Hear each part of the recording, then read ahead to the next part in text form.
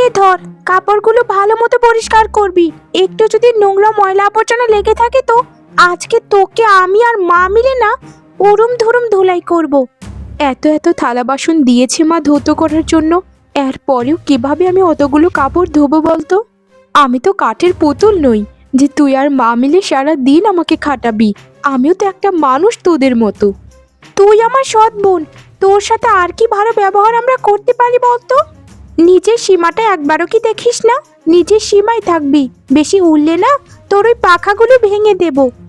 আমরা যখন যেটা বলবো সেটাই তোকে মেনে চলতে হবে, এটাই শেষ কথা।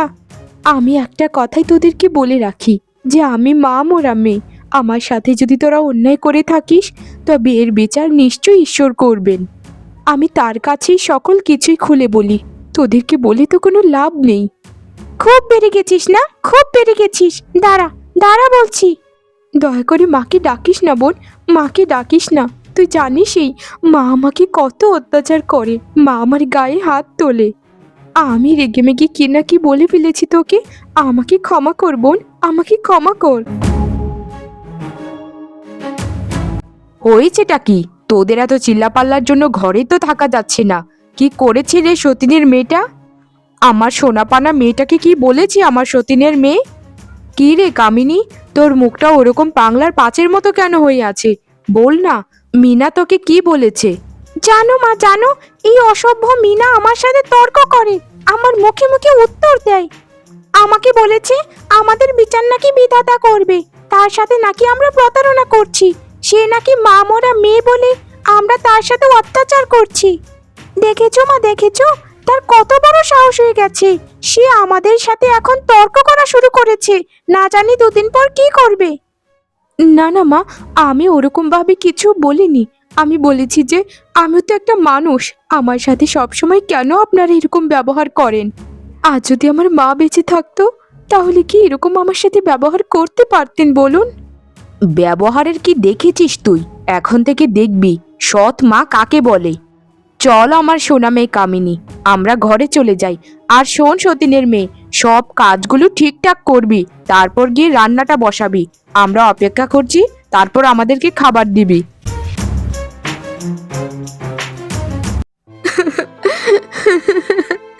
কেউ আমায় বুঝলো না, কেউ আমায় বুঝলো না, আমার মনের খবরটা কেউই বুঝলো না। তাদের মতো তারা আমাকে যা তা বলে চলে গেল।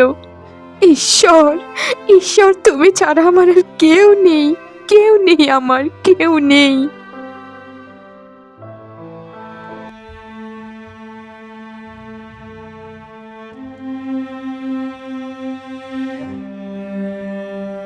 শোন রে আমার সোনাপানা মেয়ে কামিনী, আগামীকালকে তোকে দেখতে আসবি পাত্রপক্ষ। আজ থেকেই গয়নাগুলো তোর হয়ে গেল। আগামীকালকে এখান থেকে তোর পছন্দ মতো গয়না পরে নিবি, দেখবি তোকে হুড় হুড় করে তাদের পছন্দ হয়ে যাবে। আমার মেয়েটা তো সুন্দরী কম না, গায়ের রংটা একটু চাপা, কিন্তু চেহারার দিক দিয়ে সেরা সবার থেকে। নে নে, গয়নাগুলো নিয়ে তোর ঘরে একটু পরে আয়, আমিও দেখি। মিথ্যে সান্ত্বনা কেন দিচ্ছ মা? কত পাত্রপক্ষই তো আমাকে দেখে গেল, কেউই তো আমাকে পছন্দ করলো না। সবাই শুধু ওই মিনাকেই পছন্দ করে যায়, তার রূপে গুণে নাকি সবার থেকে সেরা। আমাকে কেউই ভালোবাসে না মা, কেউই ভালোবাসে না। সবাই বলে আমার গায়ের রংটা যেমন চাপা তেমন নাকি আমার চরিত্রটাও খারাপ। আচ্ছা মা তুমিই বলো, আমি কোন দিক দিয়ে খারাপ? আয়নাতে তো আমার থেকে সুন্দরী আর কাউকেই আমি দেখি না। যত সব, মানুষ আসলে বোঝে বেশি, বুঝেছো মা? আর এই গয়নাগুলো কোথা থেকে এনেছে বলো তো? এগুলো তো আগে দেখিনি। গয়নাগুলো আমি যেখান থেকেই পারি এনেছি, অত প্রশ্ন করিস না তো। আর মানুষের কথায় অত কান দেওয়াটা বন্ধ কর। তোকে যে সবাই হিংসা করে সেটাও কি বুঝতে পারিস না রে পাগলি? তুই এক কাজ কর, গয়নাগুলো তোর ঘরে লুকিয়ে ফেল গিয়ে। সতীনের মেয়েটা দেখলে না আবার একটা হুলস্থুলো কাণ্ড পড়ে যাবে, জানিসই তো তার এখন পাকনা গজিয়েছে, আমাদেরকে যা তা বলতে তার মুখে বাঁধে না। জানি না মা জানি না, ওই এত সাহস যে কোথা থেকে আনলো কে জানে। আগে তো চুপচাপ সকল কিছু সহ্য করতো, কিন্তু দিনকে দিন তার মুখের বুলি বাড়ছেই বাড়ছে। দেখো মা, ওকে একদিন আমি ঘাড় ধাক্কা দিয়ে বের করে দেব, এই বাড়িতে ওর কোনো জায়গা নেই। ছি মা ছি, আপনাদের লজ্জা করলো না অন্যজনের জিনিসে হাত দিতে? আমার মায়ের দেওয়া গয়নাগুলো আপনারা আত্মসাৎ করে ফেললেন। এগুলো একদম ঠিক নয় মা। আমার মায়ের গয়নাগুলো আপনাদেরকে আমি দেব না। আমার বিয়ের জন্য এই গয়নাগুলো আমাকে মা দিয়ে গিয়েছিল। এগুলো আমার মায়ের শেষ স্মৃতি। এগুলো আপনাদেরকে আমি কখনোই হতে দেব না। অনেক কিছু করেছেন, অনেক কিছু সয়েছি, কিন্তু এই গয়নাগুলোতে যদি হাত দেন তাহলে আমি নালিশ করব। আমি গ্রামের লোকজনকে জড়ো করব। নিয়েছি, আরও নেব। এই গয়নাগুলো কেন, এই পুরো বাড়ি জমি জমা সব কিছু আমাদের করে নেব। দেখি দেখি তোর কত বড় স্পর্ধা, তুই কি কি করতে পারিস আমাদের বিরুদ্ধে।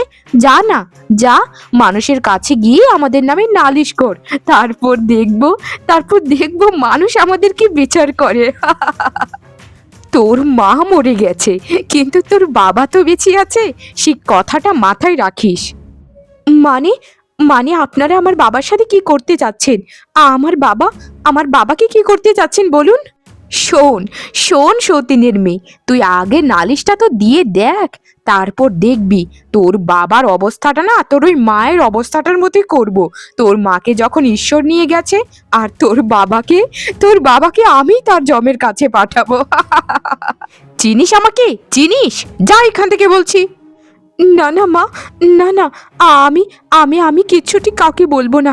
এই গয়নাগুলো আপনাদের, আপনারা নিয়ে যান। এই গয়নাগুলো আপনারা পড়ুন, না তো নদীতে ফেলে দিন। আমি কিচ্ছুটি বলবো না। দয়া করে আমার বাবাকে কিচ্ছুটি করবেন না। আমি মাকে হারিয়েছি। হয়তো হয়তো আমার বাবা আমাকে অতটাও ভালোবাসেন না, কিন্তু আমার বাবাকে আমি হারাতে পারবো না। আমাকে চিনিস না হতচ্ছাড়ি? আমি একসময় ডাকাত সর্দার কুঞ্জরামের একমাত্র মেয়ে ছিলাম। তার ভয়ে পুরো জঙ্গল থরথর করে কাঁপতো। আমার বাবা হাজারটা খুন করেও এখনো দিব্যি ঘুরে বেড়াচ্ছে, আর আমার হাতে দু একটা খুন হয়ে গেলে কিচ্ছুটি যায় আসবে না, কিচ্ছুটি না। শোন, কালকে আমাকে দেখতে আসবে। আগামী কালকে তুই চুপচাপ অন্য ঘরে গিয়ে বসে থাকবি, কোনো নড়াচড়া করবি না। যদি আবারও আমার বিয়েটা ভেঙে যায় তো তোর কল্লাটা কেটে নদীতে ভাসিয়ে দেবো তোকে। চুপচাপ ভালো মন্দ রান্না করে গিয়ে লুকিয়ে থাকবি খাটের নিচে, বুঝেছিস? আচ্ছা আচ্ছা, ঠিক আছে। আমি আর এমন ভুল কখনো করব না। আমি সকাল সকাল গিয়ে খাটের নিচে লুকিয়ে থাকবো। আমি এখন যাই, আমার আরো কত কাজ বাকি পড়ে আছে। এই যে দেখুন দিদি, আমার মেয়ে, গায়ের রংটা একটু চাপা, কিন্তু সে মেয়ে হিসেবে খুবই লক্ষ্মীমন্ত। আপনাদের সংসারটাকে সাজিয়ে গুছিয়ে পুরো একদম স্বর্গের মতো করে রাখবে। শুধু একবার বলুন আমার মেয়েটাকে আপনাদের পছন্দ হয়েছে কিনা। তবুও দিদি, মেয়ের গায়ের রংটা যদি একটু ফর্সা হতো তাহলে দুজনকে খুব সুন্দর বানাতো। যখন দেখতেই পাচ্ছেন আমার গায়ের রংটা একটু চাপা, তাহলে আগে জেনে শুনে আসেননি, এখন সুরসুর করে কেন চলে এলেন এখানে? আপনাদের আসলে লাজ লজ্জা বলতে কিচ্ছুটি নেই। কি ভেবে যে আসেন মেয়ে দেখতে কে জানে। আপনাদের মতো এরকম অভদ্র পরিবারে আমিও বিয়ে করে যেতে চাই না, চলে যান। ও বাবারে বাবা, কি দরজাল মেয়ে! এই মেয়েকে যদি আমার পুত্রবধূ করে নেই তাহলে এই মেয়ে আমার সংসার দুদিনে চিড়ে খাবে। চিড়েই খাবো, বুঝেছেন? আপনার সংসার আমি চিড়েই খাবো। আপনাদের মতো ওরকম অসভ্য মহিলাদের আমি পুত্রবধূ হতে চাই না। বেরিয়ে যান বলছি, বেরিয়ে যান। আপনার ছেলের সাথে একটা সুন্দরী হুড়পড়ি দেখে বিয়ে করিয়ে দিন, তাহলেই তো হয়ে যায়। যাচ্ছি বাবা, যাচ্ছি। তোমার এই ব্যবহারের জন্য তোমার এই জন্মে বিয়ে হবে না বাবা। সময় আছে এখনো, চরিত্রটা ঠিক করো। আহা দিদি, আমার মেয়েটার কথায় কিছু মনে করবেন না দিদি। আসলে আসলে আমার মেয়েটা ছোটবেলা থেকেই অনেক অনেক আদরে বড় হয়েছে, তো তাই একটু রেগে যায়। আপনাদের যত যৌতুক লাগে দিদি আমি আপনাদেরকে দেব, তবু এরকমটা বলবেন না। জানেনই তো আমার মেয়েটার কতগুলো বিয়ে বাংলো, এই নিয়ে 50টার মতো। শুনুন দিদি, আপনাদের মেয়ের যে বিয়ের সম্বন্ধ কেন ভেঙে যায় সেটা আপনারাই ভালো জানেন। আমি আর এর বেশি কিছু বললাম না। আমার বিয়ে নিয়ে তো আপনাদের ভাবতে হবে না, বুঝেছেন? আমি আমার বিয়ে নিয়ে ভালো মতোই ভাববো। এখান থেকে বেরিয়ে যান বলছি, বেরিয়ে যান। আজও আমার বিয়েটা ভেঙে গেল। আজও আমার গায়ের রঙের জন্য আমার বিয়েটা ভেঙে গেল। আমি কি করব, কি করব আমি? কি হয়েছে রে? আমার সোনাপানা মেয়েটার চোখে জল কেন? আমায় বল মা, বল তোর কি হয়েছে। ওই সকালের ব্যাপারটার জন্য এখনো তুই কাঁদছিস? তুই আমার নয়নের মণি, তুই যদি এভাবে কান্না করিস তাহলে আমিও কাঁদবো রে মা, আমিও কাঁদবো।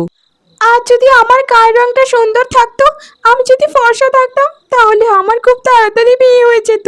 কিন্তু কিন্তু মা, আমার কেন ওই মিনার মতো সুন্দর গায়ের রং নেই? কেন সবসময় পাত্রপক্ষ আমাকে দেখে মুখ ফিরিয়ে নেয়? আমার আমার যে কোনো মূল্যেই হোক, আমার যে কোনো মূল্যে হোক মিনার গায়ের রংটার মতো গায়ের রং চাই। আমার মানুষের এই অপমান আর ভালো লাগছে না। এক ঘরে দুটো মেয়ে, একজন খুবই সুন্দরী আর একজন কেমন দেখতে। আমাকে কোনো একটা রাস্তা খুঁজে দাও মা, না হলে আমি মরে যাব, মরে যাব। না না, আমার মেয়েটাকে এরকম কষ্ট পেতে আমি দেখতে পারবো না। যেটা আমি এতদিন মা হয়ে করতে পারিনি, আজ আমাকে করতেই হবে। আমি মা হয়ে আমার মেয়েটার দুঃখী মুখটা কখনোই দেখতে পারবো না। আমাকে কিছু একটা করতেই হবে। চল মা, আমার সাথে জঙ্গলে চল। ওখানে গেলে তোর একটা ব্যবস্থা হয়ে যাবে। আমি তোকে ওই নীল ভূতের সাথে দেখা করাবো, যে অনেক ক্ষমতাধর, চাইলে তোর রূপটাও বাড়িয়ে দিতে পারে। আর দেরি করিস না মা, চল আমরা দুজন এক্ষুনি বেরিয়ে পড়ি, নাইলে আবার অনেক দেরি হয়ে যাবে। আচ্ছা মা, ঠিক আছে, তাহলে এক্ষুনি চলো।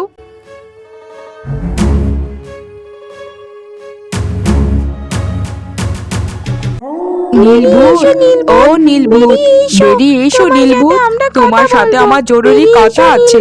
আমাকে চিনতে পেরেছো নীলভূত? তোকে কতদিন বলছি আমি নীল নই, আমি সবুজ। আমি সবুজ ভূত রে, আমি সবুজ ভূত। কি হয়েছে তোদের? এত রাত বিরেতে কেন চিল্লাপাল্লা করছিস? তাড়াতাড়ি বল, বল কি হয়েছে তোদের? আমায় ক্ষমা করো সবুজ ভূত, আসলে আসলে আমার রং সম্পর্কে অত ধারণা নেই। আমি খুবই বিপদে পড়ে এসেছি সবুজ ভূত। আমার মেয়েটার জানো তো বিয়ে হচ্ছে না, তার গায়ের এই কালো রঙের জন্য। তুমি ওকে একটা ব্যবস্থা করে দাও না সবুজ ভূত, তুমি দয়া করো। আমি জানি তুমি একটা ব্যবস্থা আমায় করে দেবে। আমি তোদের ব্যবস্থা তো করতেই পারি, কিন্তু তুই তো জানিস ওর গায়ের রংটা ফেরাতে আমার আরেকটা সুন্দরী মেয়ে লাগবে। ওর গায়ের রঙেই আমি তোমার মেয়ের গায়ের রঙে প্রতিস্থাপন করব। ওরকম মেয়ে আছে নাকি? থাকলে বলো, নিয়ে আসি আমি। আছে মানে 100 বার আছে। ওই মেয়ে আমার ঘরে আছে। তুমি জাদু করে ওকে এখানে উঠিয়ে নিয়ে এসো, তারপর ওকে বলি করে দিও, আর আমার মেয়েটাকে ওর গায়ের রংটা দিয়ে দিলেই হয়ে যাবে। তোমায় অনেক ধন্যবাদ সবুজ ভূত, তোমার এই ঋণ আমরা কখনোই ভুলবো না।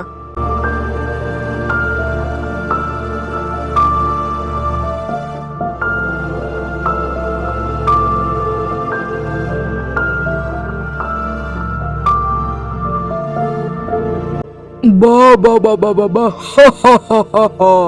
মেয়েটা তো দারুণ সুন্দরী। একে যদি আমি বলি দেই তাহলে আমার আয়ু আরো 100 বছর বেড়ে যাবে। হা, হা, হা, হা, হা।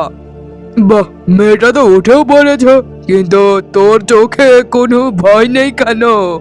আমাকে মেরে ফেলো ভূত দাদা, আমাকে মেরে ফেলো। যে জীবনে কোনো মূল্য নেই, যে জীবনের কোনো অধিকার নেই, সে জীবন এমনিতেই তো রেখে কোনো লাভ নেই। তুমি যত তাড়াতাড়ি সম্ভব পারো আমাকে বলি দিয়ে দাও, আমাকে শেষ করে ফেলো। একে আশ্চর্যের কথা, যেখানে সবাই আমাকে ভূত বলে সম্বোধন করে আর আমাকে সবাই ভয় পায়, সেখানে তুই আমাকে দাদা বলে ডাকছিস? আসলে তোর মনে এত দুঃখ কিসের রে, আমায় বলতো। জানো বুধ দাদা, আমি যখন খুব ছোট, তখন আমার মা আমাকে রেখে মারা গিয়েছিলেন। তখন আমার বাবা আমার কথা চিন্তা করে একজনকে বিয়ে করেছিলেন, কিন্তু সেই সৎ মা আমাকে এক মুহূর্তের জন্য ভালো রাখতে দেয়নি। তারপর আমার একটা সৎ বোন হলো, সেও আমাকে অত্যাচার করা শুরু করে দিল।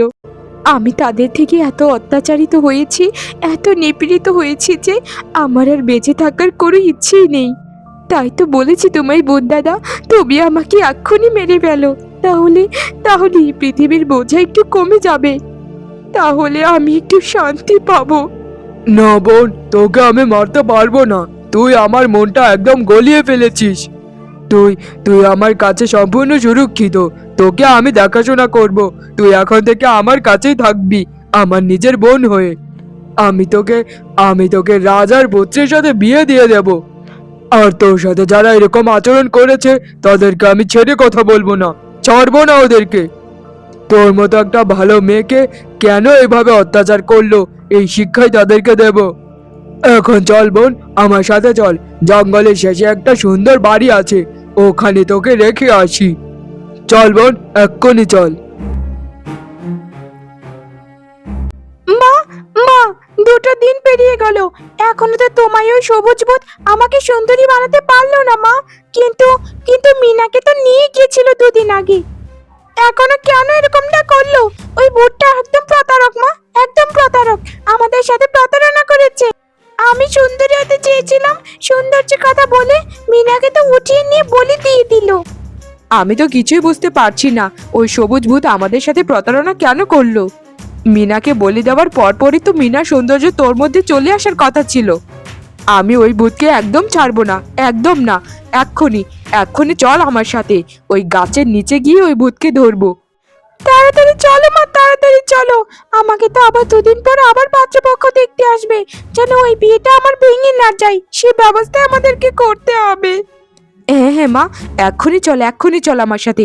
আর বেশিক্ষণ কথা বলা যাবে না, এমনিতে এখন দুপুরের সময়, এখন গেলে বোধহয় ও সবুজ ভূতটাকে পাওয়া যাবে। সবুজ ভূত, সবুজ ভূত, কোথায় তুমি? তুমি আমাদের সাথে প্রতারণা করেছো, মিনাকে নিয়ে বলি দিয়ে আমার মেয়েটাকে তো সুন্দরী বানালে না। তুমি একটা প্রতারক ভূত, বেরিয়ে এসো বলছি, গাছের ভেতর থেকে বেরিয়ে এসো। জানোই আমি রেগে গেলে গাছটা কেটে ফেলবো। তোরা এত বড় সাহস, তোরা একটা নিরীহ মেয়ের উপর এত অত্যাচার করেও তোরা ক্লান্ত হোসনি? এখন আমার গাছটা কাটতে চলে এসেছিস? আজকে আজকে তোদের দুজনের মুন্ড কেটে রক্ত দিয়ে আমি হোলি খেলবো। দাঁড়া দাঁড়া হতচ্ছাড়িরা, দাঁড়া দাঁড়া বলছি। ওরে বাবা রে বাবা, পালা রে পালা, আমাদেরকে খেয়ে ফেললো ওই ভূত। দাঁড়া দাঁড়া বলছি, আজকে তোদেরকে খেয়ে ফেলবো।